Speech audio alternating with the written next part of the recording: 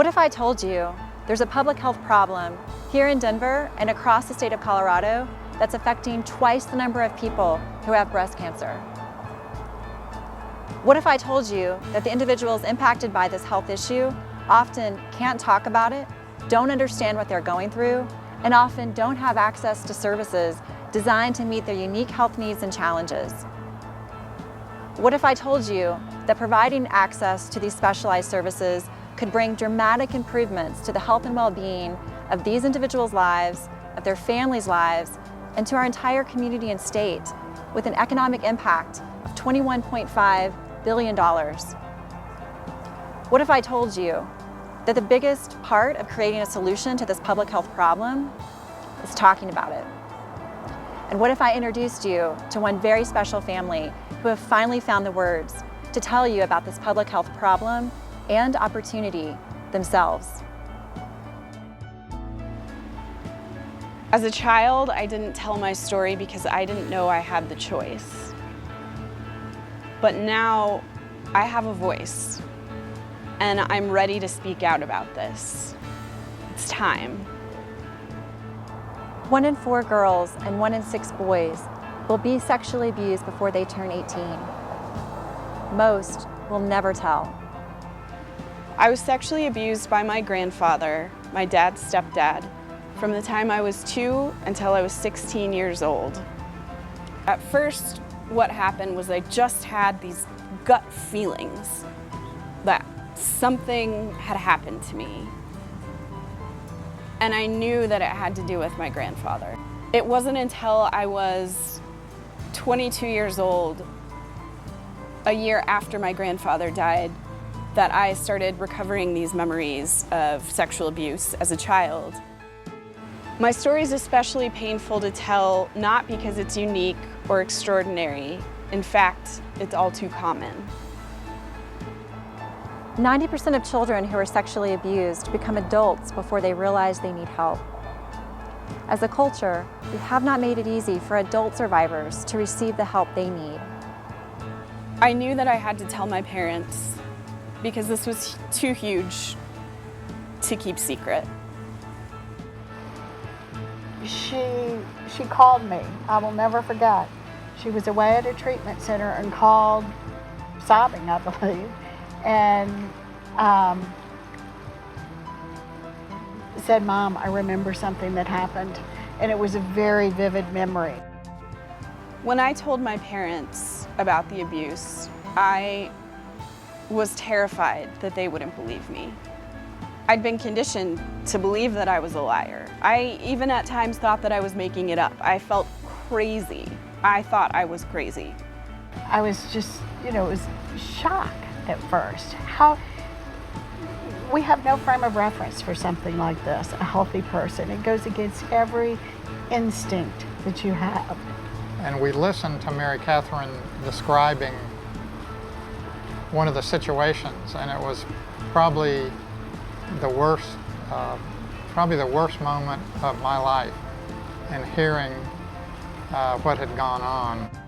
But they believed me without question. And that meant the world to me. Most survivors face disbelief, denial, victim blaming, and silencing by those closest to them. This is because 90% of the time, children are sexually abused by a trusted adult. Often, they're abused by family members. When I first started having memories and flashbacks of the abuse,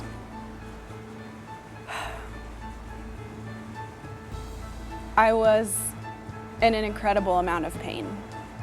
It was overwhelming. I felt like a ball of shame and pain and disgust, and I felt disgusting, I felt unlovable, I felt unworthy.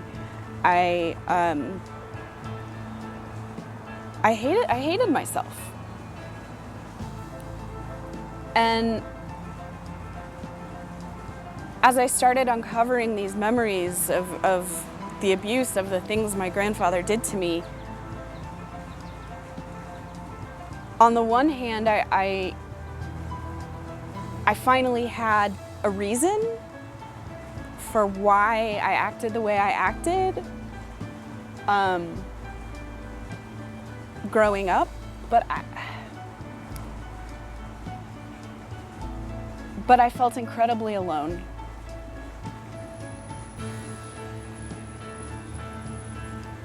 Very, very alone. Most survivors share this feeling of being alone. They also feel like the abuse was their fault, and many of them have trouble connecting their present-day symptoms with the abuse they experienced in childhood. I was still struggling with an eating disorder and PTSD and you name it. And that is when we found Wings. I am so lucky that Colorado has been blessed with this outstanding organization. But finally, here was this place where I could talk openly about what happened to me, and people didn't tell me to just get over it. They didn't invalidate me. They didn't deny my truth. I was validated. I was held. I'll never forget when Mary Catherine came home from her first group session. She said, "This is the first time I've ever felt like I wasn't crazy. These people get it." I think the biggest thing was she finally started to shift the blame from what happened from herself to the perpetrator. And I think, it's so hard for all of us on the outside. Of course it wasn't your fault, but that's something that they cannot internalize, people that this happens to. And she finally was receiving help in this area, and that's when the light started going on and she started to find her voice and get some of her power back. We saw that it was having a positive effect on her and learned that there was a group for loved ones. And so we joined one of the Wings loved one groups.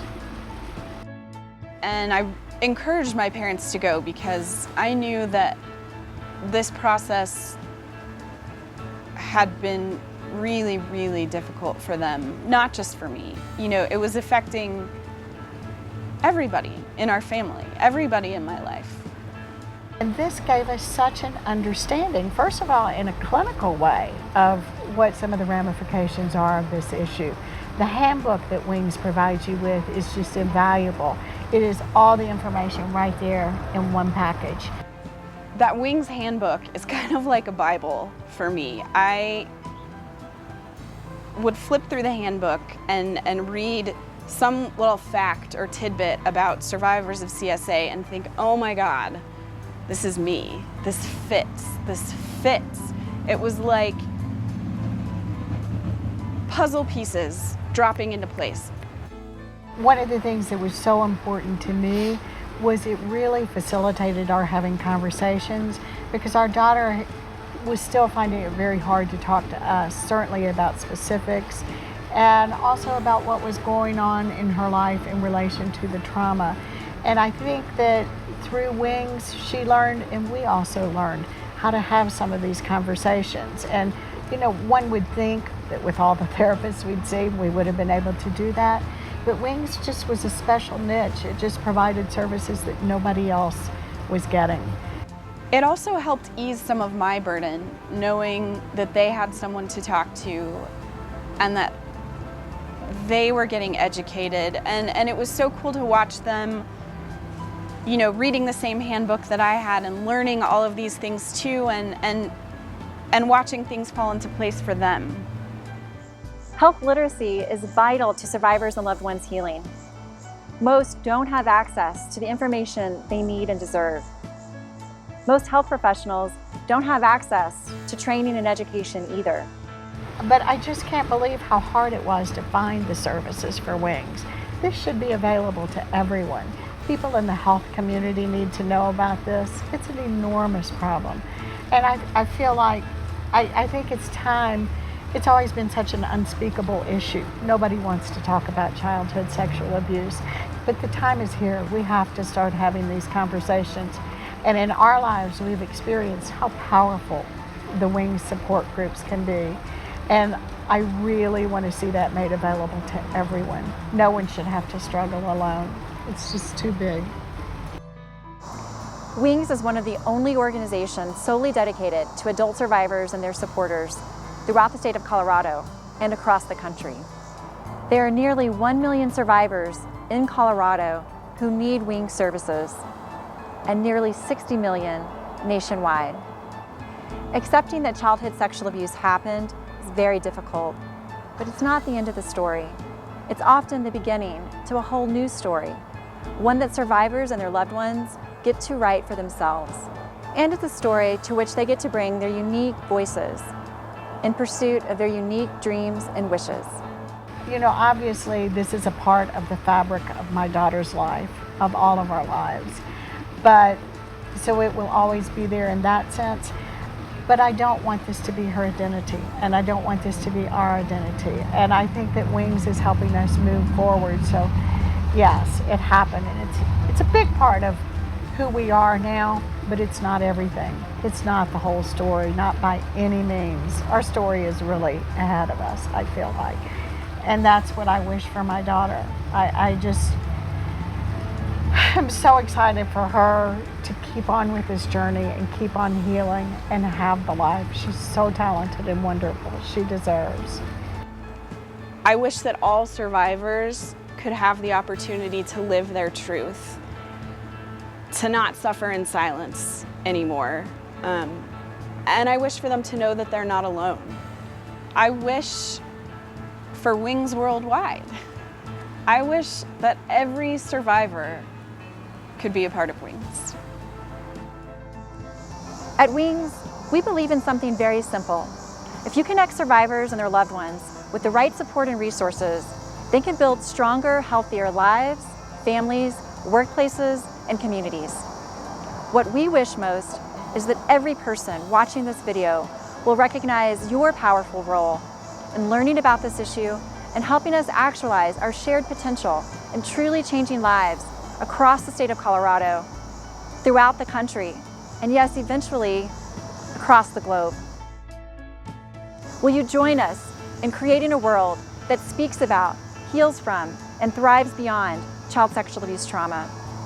It's a new day for adult survivors and their supporters, and it starts now, from Denver to the world. Whether you know it or not, you know someone who's experienced child sexual abuse. They're counting on you to care.